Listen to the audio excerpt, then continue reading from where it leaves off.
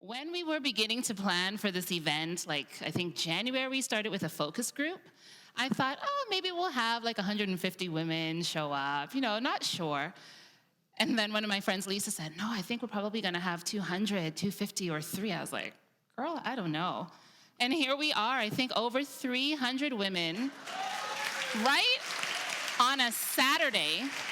I don't know what your Saturdays are like. In my house, it's boys get to the laundry, make sure things are cleaned, what homework is due, what projects, get your hair done, nails done, if that's a self-care kind of day for you. But you've taken time out of your schedules to be here, and we really appreciate it because we know that your time is really precious. We're here today to cut tethers, to separate ourselves from the things that feel like a weight, that can hold us back from a life that feels free and fulfilling and full of possibilities. But one of the first steps in that is self-acceptance. And that can be really difficult because for some of us, we hear self-acceptance and we're like, oh yeah, well, I know this and this about me that's negative, right? And we're so well versed in that. And we feel like it's difficult to list our strengths maybe, or that to do so would be boasting. And then we feel kind of shy to do that. But I bet all of you in here have at least one person, if not a relative who's too familiar to do it, maybe a friend who could fill a card with the things that they love about you. I know that in here we have women who are pillars in their family. There's the matriarchs who are steady. There's the fun cousin, mine is sitting right in the front. There's the responsible sister and, the rich aunties. Every family needs a rich auntie, right? There's the selfless caregivers, right? Those of you who are constantly taking care of your family members. I know we have people who have a knack for being encouraging. You remember the birthdays and the sad days, and you always have a card or a kind word. Some of you are killing it. You're making a difference in the lives of your patients, your clients, your students. You're hardworking, you pay attention to detail. Your example matters. And there's great listeners too, who help a big room not to feel so scary or help you to feel known and loved. You all know who you are. Even those breaking barriers who are titans for truth and advocates for others who don't have a voice for themselves. No matter how you feel about your life, if you're one of those mentioned or not, what God sees in you is possibility and room for a life that is rewarding. Forgot my slides. Jesus says this himself. He knows that we may struggle in life, but what he wants for us is life to the full. He wants us to have abundant life. In my case, I can struggle to believe this sometimes because I'm that idealist that looks at the cup not just as half full, but only half full. I look at it and I think, well, why didn't you fill it up, God? Where's the rest of the water? Or, I guess you see me as someone who only deserves half a cup. And then I get tied into this whole self-pity thing and God's holding out on me. And even though I know that none of that is consistent with who he is, with his character, who I read about in the Bible, still that can be my default. We have to accept what he says about us. And I know that I chose this one because I think a lot of us go to this scripture and we cringe maybe, or we don't really believe it, that we're fearfully and wonderfully made. But the challenge is, but God, what about this? And what about this? And what about this? We have to accept our strengths and accept the truth, and this is hard, that our imperfect is perfect because of who he is.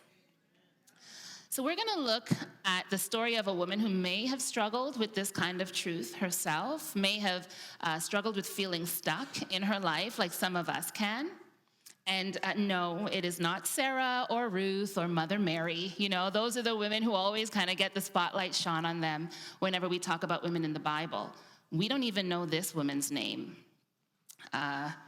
She was not on Instagram. She didn't have the blue check mark. She didn't have 100,000 followers.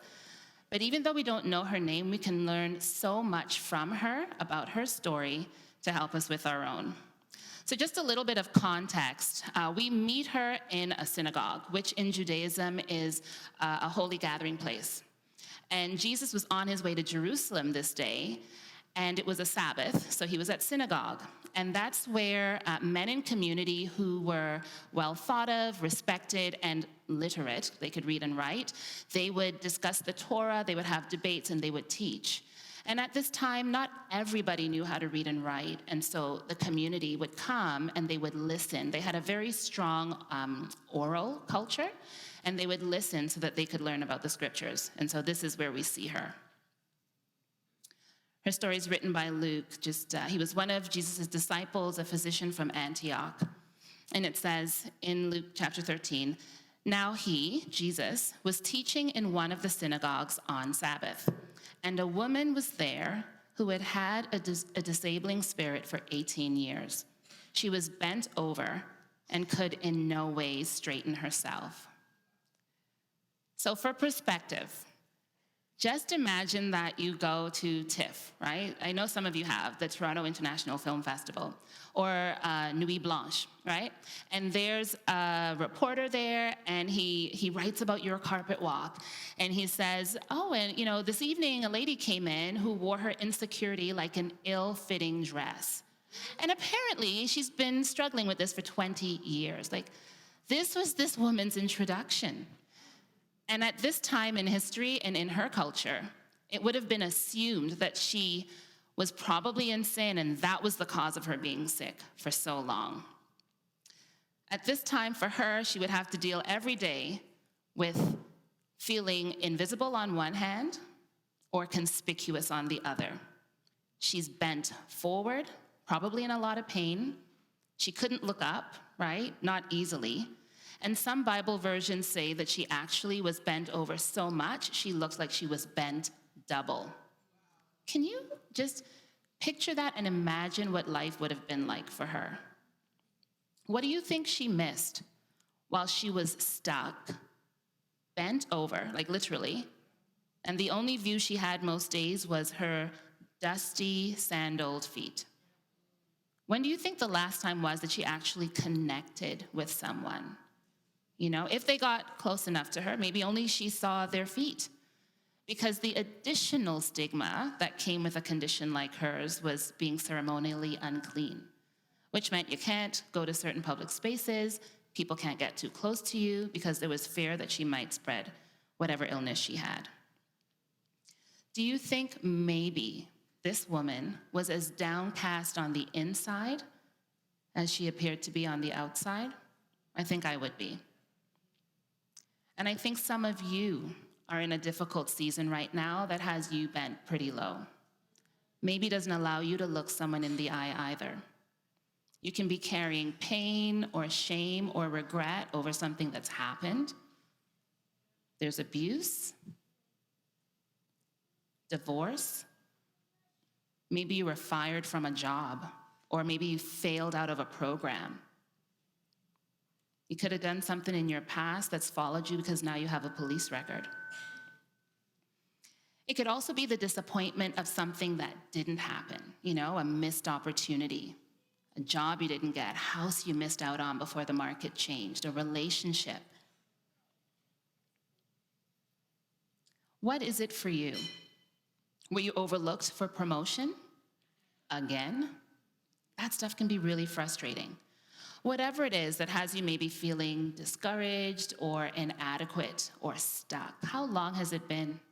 Have you carried it for a few weeks, a few months, maybe a couple of years?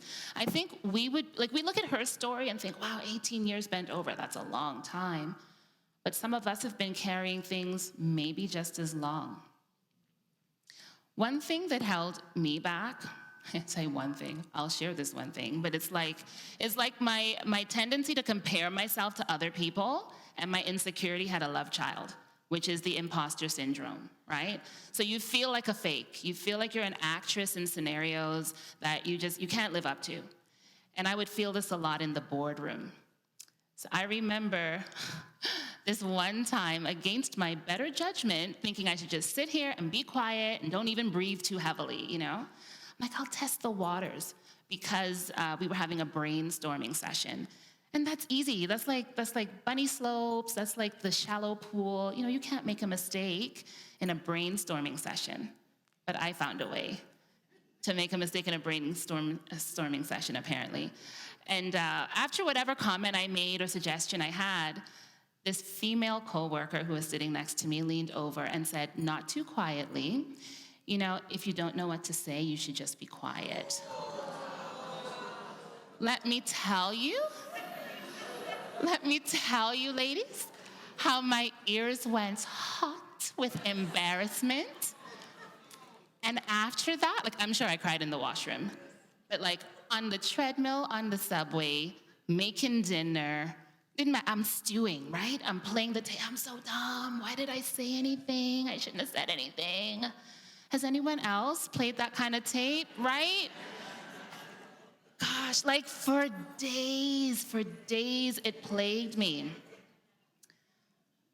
There's this movie called Ratatouille. I love Ratatouille, right? Big up.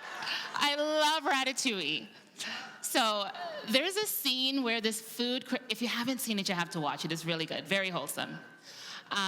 So this food critic has met this chef for the first time. And he comes out to see him and he goes, the food critic, "You're rather slow for someone in the fast lane." Like, it's funny, right? But after that boardroom incident, that felt like a gut punch. Like, it never sounded the same. It always felt like an accusation, you know? It got me every time after that. Do you think I wanted to speak up in boardrooms after that? No. What? No. And I still have to fight that because that incident just reinforced for me that I don't have a voice and I shouldn't speak and I should just hold back. Not the case. And I say I still fight it because there are some things in our character that are gonna be easier to fix, right? Like we get some counseling, we get some help, whatever, and we can get past it. But some things, ladies, in our life will probably take our whole life. And we just have to learn how to manage, and by the grace of God, like day by day by day, work on it. Just like that woman in scripture, for 18 years, she was bent. She couldn't straighten herself. We can't straighten ourselves either. No matter how many self-help experts tell you that you are one mantra or stretch or book or whatever away from that. Let's keep reading. It says, "And when Jesus saw her, he called her forward and said to her, 'Woman, you are free from your infirmity.' And he laid his hands upon her, and immediately she was made straight and glorified God." So picture this, okay? The synagogue, I mean, it was busy, there's lots of talking and debate, and it was central. And Jesus is here, as I said, on his way to Jerusalem, and he's speaking publicly for probably the last time before he's crucified. But in the midst of all of this and the importance of it, he stops. He allows himself to be interrupted by this woman, and he sees her, and he calls her, and she comes to him. And there's so much there, you know, just he's a rabbi, he's talking to a woman, and she's there in the first place, because remember, there's the whole, you know, being unclean thing. But I was thinking, should I say this or not? I'm gonna say it. And it might be a little controversial, but for us, you know, if we are, you know, black or white, if we are tall, short, outspoken, single, married, whatever, like just your descriptor as a woman, there are going to be spaces where you just don't feel welcomed. You don't feel like you fit in, right? But even if you don't feel like you fit in, you will always be seen by Jesus. Always. And that's a truth that can be really freeing. You know, you realize you don't have to be everybody's cup of tea because God knows you and he loves you, he sees you, and he cares for you. And for some of you might be sitting there and like just a little eye roll or whatever, you know, and I'm like, I'm okay, I'm not offended by that. I think that's probably an indicator for you to ask yourself, well, why am I reacting that way? Because that might help you pinpoint the area in your life where you need Jesus to touch. He sees your pain and your frustration, and he's calling you forward too, just like he did this woman. He does it through his word. He does it through relationships. Are you listening? Will you go to him? And when he laid his hands on this woman, something that she had been plagued by for almost 2 decades was healed, lifted off of her. And I just think about just her change of posture. Imagine her standing, if she was 4'4" or 6'4", probably not likely, but to stand at her full height, like for the first time in her life, probably. You know, we don't know when her illness began. We just know it lasted 18 years. And then just think about just the blessing and the moment of her feeling sunshine on her face, because she hadn't for 18 years. Like, that to me is remarkable. And that's what God can give to us as well. We don't need to be bent by our sorrows and our fear and our insecurity anymore. But there's one thing I find curious about this woman's story. You know, Luke says that she had a disabling spirit. But if you notice, when Jesus healed her, there was no fireworks, no demons were cast out of her. And even though later he says that Satan was the one that bound this woman, we don't see evidence of any exorcism. So if Satan had bound her, how did he? Right? If there was no demon to cast out, then what was there? So there's a popular interpretation that says the word spirit in biblical usage refers to an attitude of the mind. So it's possible that this disabling spirit was Satan affecting her thought life, the way she thought about herself. She may not have been possessed, but she was definitely oppressed and definitely afflicted. But by what illness exactly? Scholars have said different things. You know, it could have been severe arthritis, it could have been spinal stenosis, but there's another condition that might describe it. It's camptocormia. Comes from the Greek for 2 words, bent trunk. So there was some research done. In 1915, researchers found that this condition, camptocormia, actually had a psychogenic origin. And that just means that what brought it on was more psychological than it was physical. And the patients that they tested happened to be folks that were in the war. They had what we would call today PTSD, most of their patients. And so decades later, going into the 90s, more research was done, and they found, interestingly, that there were even greater correlations between camptocormia and other psychiatric, neurological, and muscular disorders. Isn't that interesting? Right? So what am I saying? That this woman in scripture, it was all in her mind, for 18 years? No. I'm not saying that anyone afflicted today with anything must have something psychologically going on either. But I do believe that she stands for us as a very powerful example of how the enemy of our souls can bend us under the weight of the things that hold us down.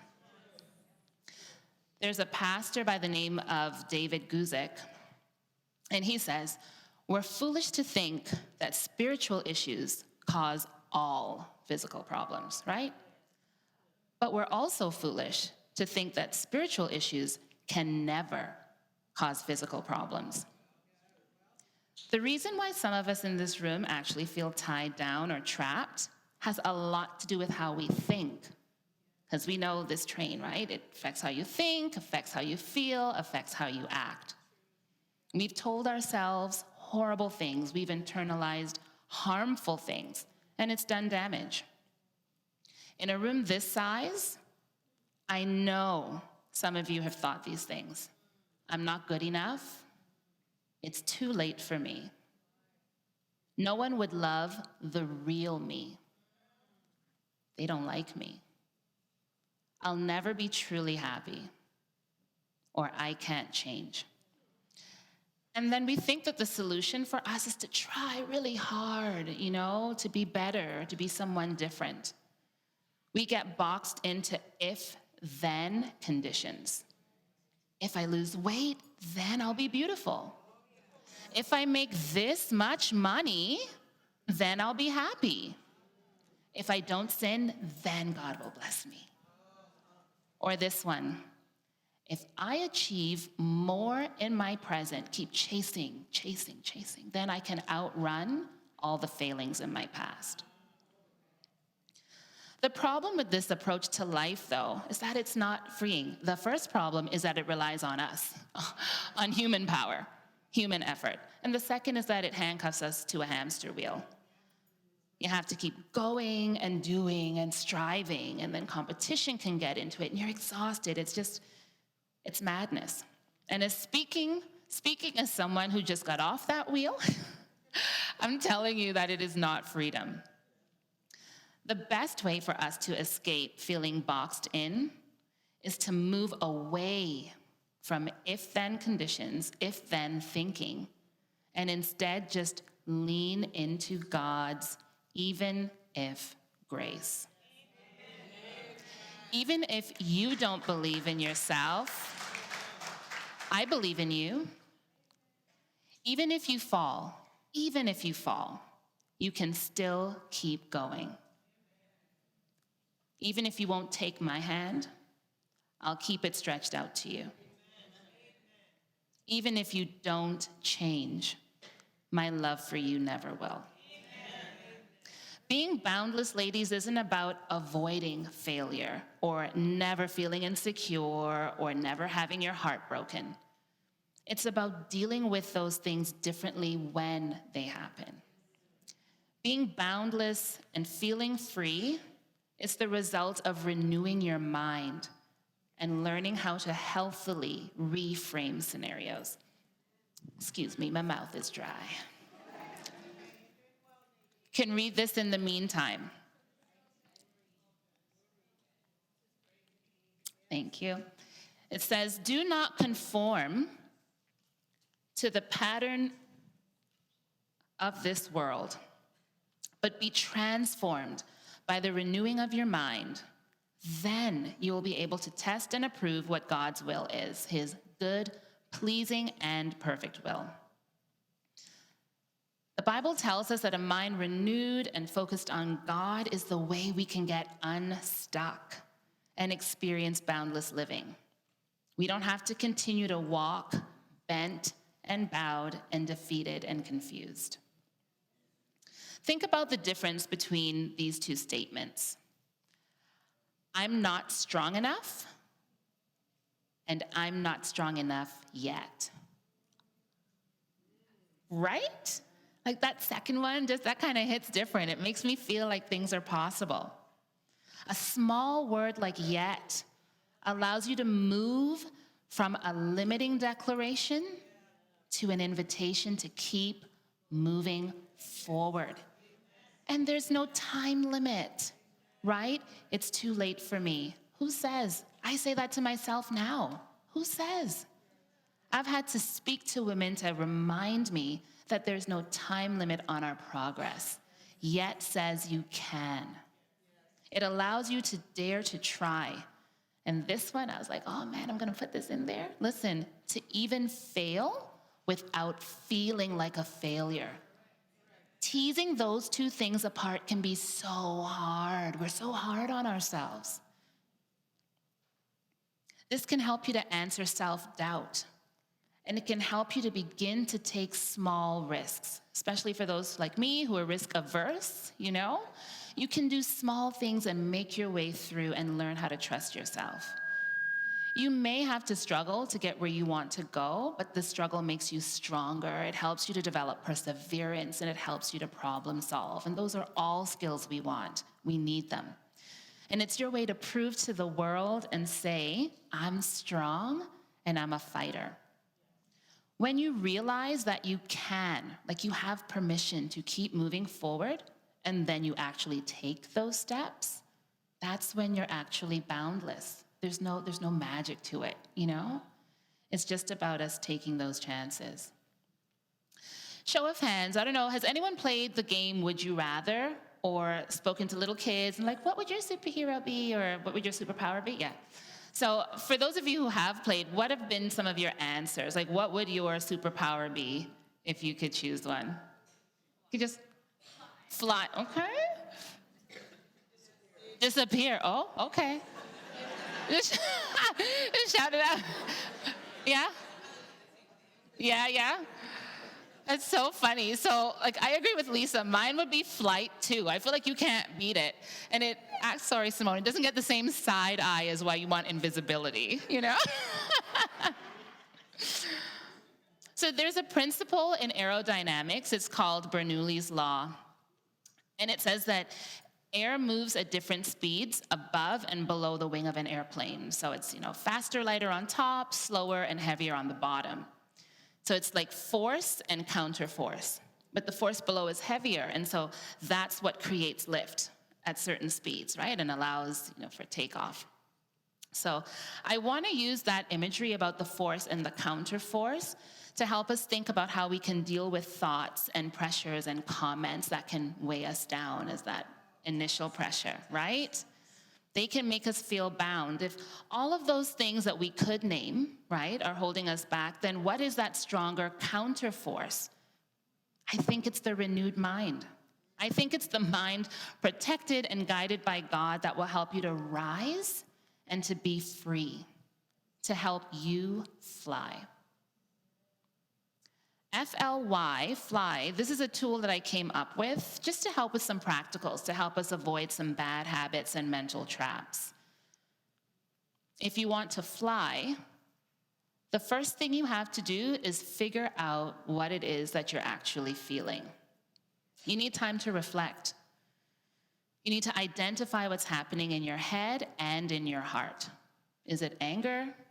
Is it jealousy, envy, loneliness? Like, what is it that you're actually feeling? You cannot address what you don't properly identify.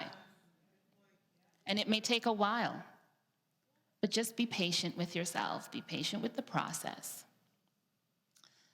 And when you are in that process, you have to be honest with yourself. Sometimes you might find something, you're like, oh, I don't know, that's too hard to admit to. That's not me. You have to be willing to be honest with no excuses and no pretense. And you may not want to face it right away, but if you do that hard work, that humbling work, then you'll be better in the long run. I'll speak personally. For me, I didn't recognize that shame was a part of my story until a couple of months ago. And I got to this place of truth by reading a few books by Brené Brown.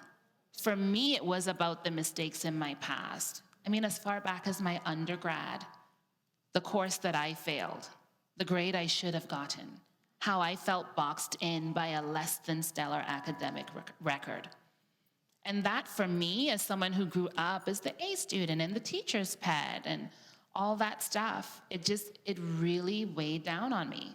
And then as I was trying to figure out, what options do I have for my life now, it felt like that was something I couldn't shake. And then for me to say shame and Nadine in the same, thought, in the same sentence, I was like, it rocked me. I had to recognize that there was stuff that I couldn't change that I needed to embrace. And so I started journaling. I have alone time with God where it's just him and me and my Bible, and I read and I sing and I pray and I write and I write and I write and I write, and it's cathartic for me. I pour my heart out and I give it all to God. And sometimes it's light, sometimes it's light and it's full of praise, but then there's times when it's really dark. And the only thing I can think is I should probably rip these pages out and not have them here so that people don't see my business, or my kids. But then I realized my kids don't read cursive, so my secrets are safe. I'm not kidding. I write their birthday cards, and they're struggling. They sound like they're in grade 3 or 2. I'm like, it's your name. You don't recognize your name in cursive? Come on, man. The last thing you need to do as you're trying to figure out how you're feeling is find a mentor, not a buddy, Not someone who will go soft on you. Not that you want someone who will be hard on you, but someone who's willing to speak the truth, speak into your life, and help you with accountability. And if you don't have that person, find that person who's willing to spend that time and make that investment in you. And you may realize it might not be someone that you might go to Starbucks with. It might be someone you need to hire. You might need to go to professional counseling. I've done it. There's no shame in it. Do what you need to do for you. The L is to remind you to let go of negativity and the things that are beyond your control. How many of us, you can out yourself if you want to or not, you've held on to someone or something way past the expiry? It's not working for you. He's not good for you. The job is killing you, and you hang on. Sometimes you say, oh, I'm stuck. That was me. I'm stuck. Titi, I'm stuck. Lisa, I'm stuck. Suzette, help me. I'm stuck. We're all familiar with it. Sometimes it's because we're not letting go of something that's not working for us. And not always, but sometimes we're stuck because we choose to stay there. Because guess what? It's easier to say, I'm stuck, than to do something to get unstuck. Sometimes it takes a lot of humility to get unstuck. Fear is a beast, right? And so is pride. This stuff I could teach actually out of that quiet time journal because I'm guilty too. And that control piece, let go of things beyond your control. You don't have to control everything. Sorry, correction. You can't. You can't control everything. And let me say this, if you, like me, have, perfectionism as part of your control freakiness, it doesn't help, because what perfectionism does, besides tiring you out, is that it causes you to prioritize projects over people and control over love.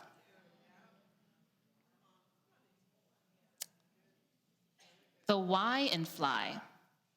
is for you to say yes to new opportunities. Give yourself permission to do what you can. Yes to new opportunities for growth, yes to fun, and yes to challenge. When you're bound, you think everything is no. Everything is I can't. Everything's too hard. Nothing seems possible, and you disqualify yourself. And sometimes holding on to stuff means that you don't have room. You don't have room for anything else because you're holding on to things you should let go. And all the energy that you waste trying to control things, you could be spending living your amazing new life or trying something new.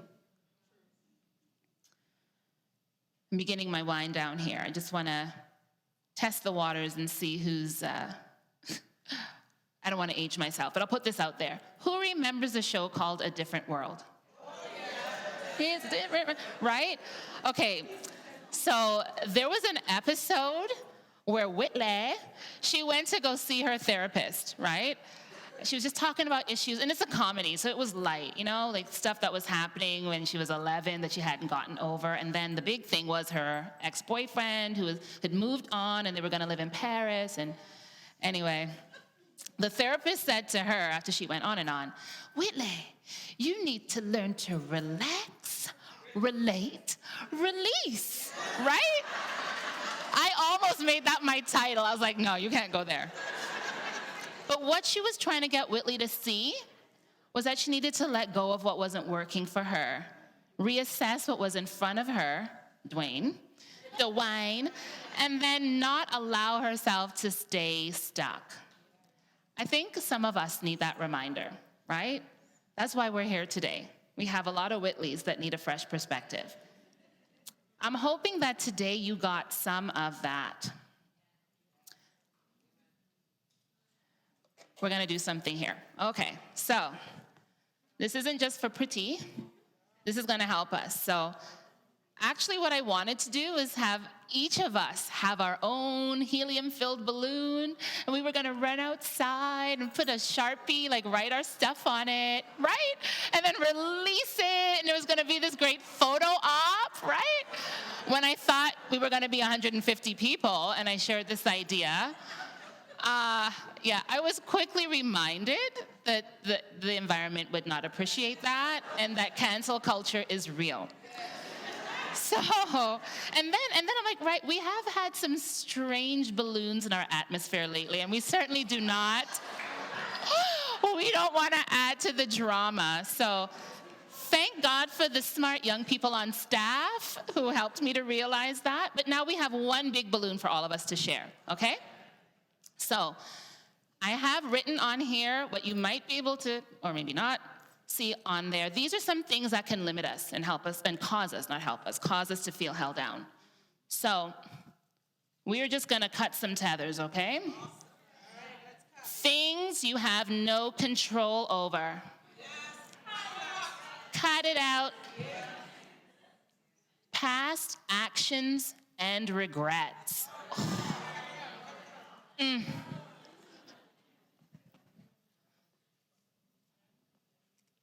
Things that no longer serve you.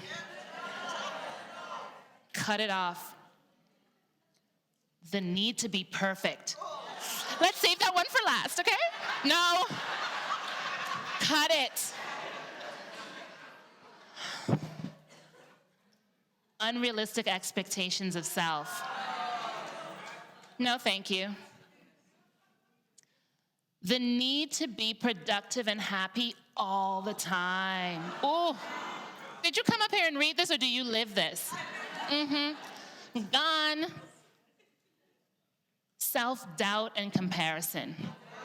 I think I need a saw. Okay. The need to please everyone. Like not even half? No. Done.